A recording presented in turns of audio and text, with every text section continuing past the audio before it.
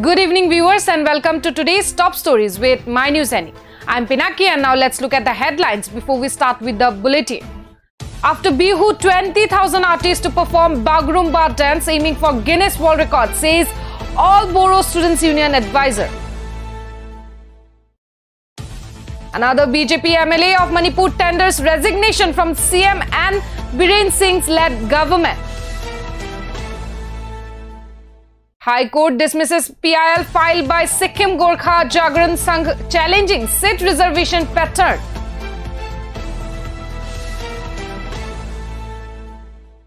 Severe rainfall alert for Assam, Arunachal and Meghalaya from April 20 to 22. And now the news in details. After registering its name in the Guinness Book of World Records for the largest Bihu dance performance with more than 11,000 artists, Assam is now preparing for yet another Guinness World Record. The Boro community of Assam is aiming to bring its folk dance, Bagurumba dance, on the global stage. Right after Bihu's thumbing entry into the Guinness Book of World Record, Boro community's Bagurumba dance will now attempt for the world record with more than 20,000 artists. The government is now willing to bring fourth Boro community's folk dance, Bagurumba dance, on the global platform, aiming for a Guinness Book of World Record. And as per reports, several Boro organizations, including Boro Sahitya Sabha, are already moving ahead with the preparation for the mega dance performance, which is likely to be held on next year. And the development comes after Assam Chief Minister Dr. Himanta Biswa Sharma announced the government's initiative to bring the folk dance of the Boro community on the world stage.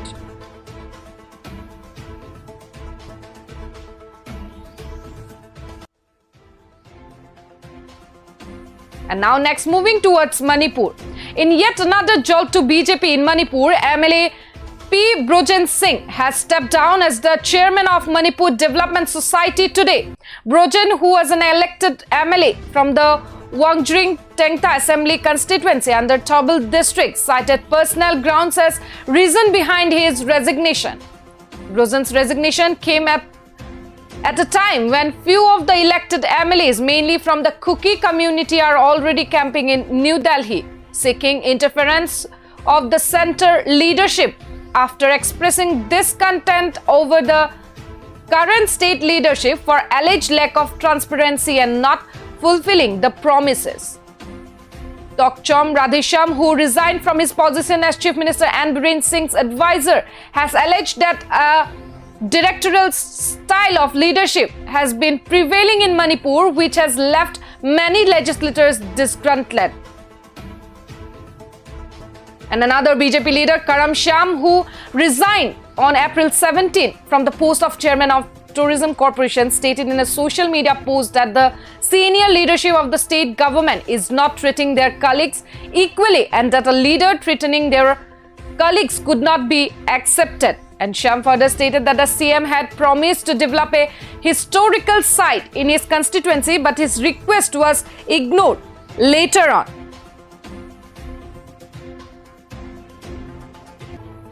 And after this two MLAs' resignation, another jolt to BJP in Manipur, MLA P. Brojen Singh has stepped down as the chairman of Manipur Development Society today. And the Brojen who was elected MLA from the Wangjring Tengta Assembly constituency under Tobal district. And Brojen's resignation came at a time when few of the elected MLAs, mainly from the Kuki community, are already camping in New Delhi.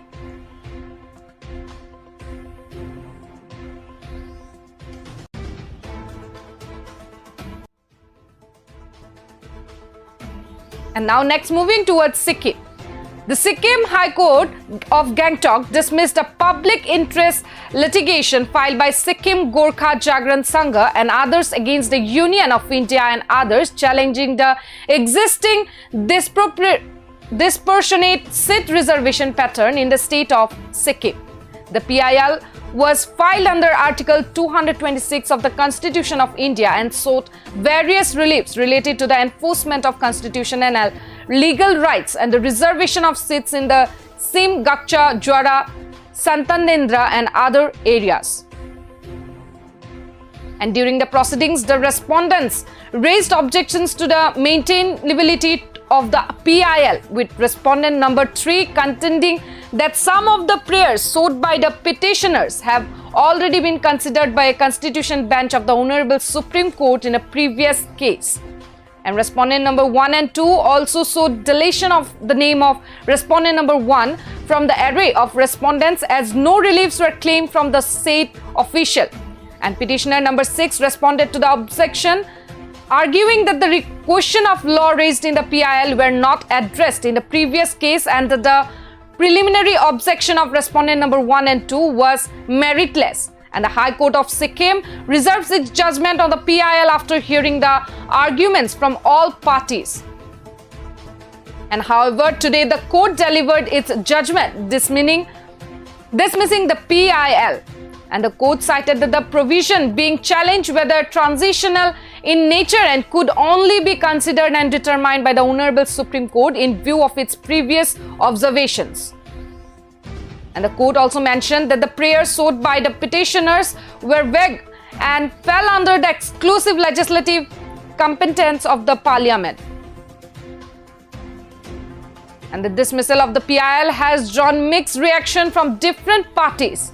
BL leaders Saten Tashi Bhutia expressed gratitude to the High Court for upholding the law and constitutional values, while the Sikkim Gorkha Jagaran Sangha expressed disappointment with the decision.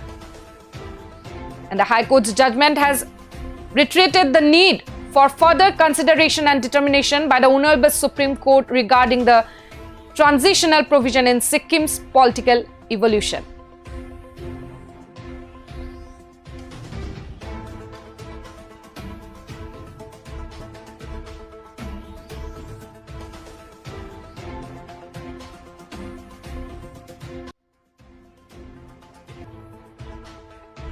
And the now reports of northeastern states of rainfall. The northeastern states' rainfall statistics have been woefully deficit, even though the majority of the country has seen excessive rainfall this month.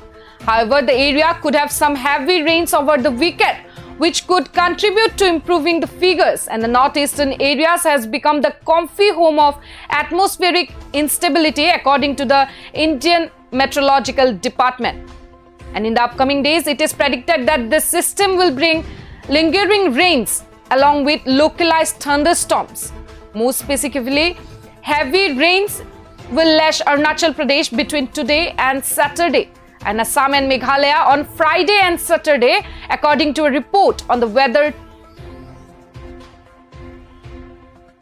Further, scattered to fairly widespread showers of light to moderate intensity with the thunderstorm, lightning and gusty winds are all very likely over northeast India during the next 5 days.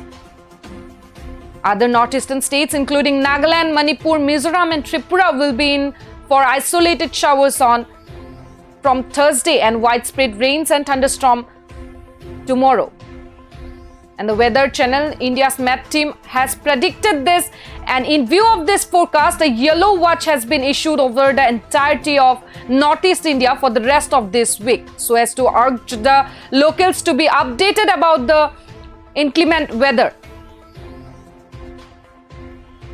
And the precipitation activity might safeguard the region from the duchess of heatwave condition that currently plague the East India states. But at the same time, any notable dip in mercury is also unlikely, with no major changes expected in the regional temperature for the next 5 days. Between April 1st and 19, Arunachal Pradesh recovered only 57.8 mm of rainfall, making a large deficit of 69% as compared to its long-term average for this time frame. In the same duration, Assam and Meghalaya saw 51.4 mm and NMMT recorded 42.4 mm, registering deficits of 51% and 47% respectively.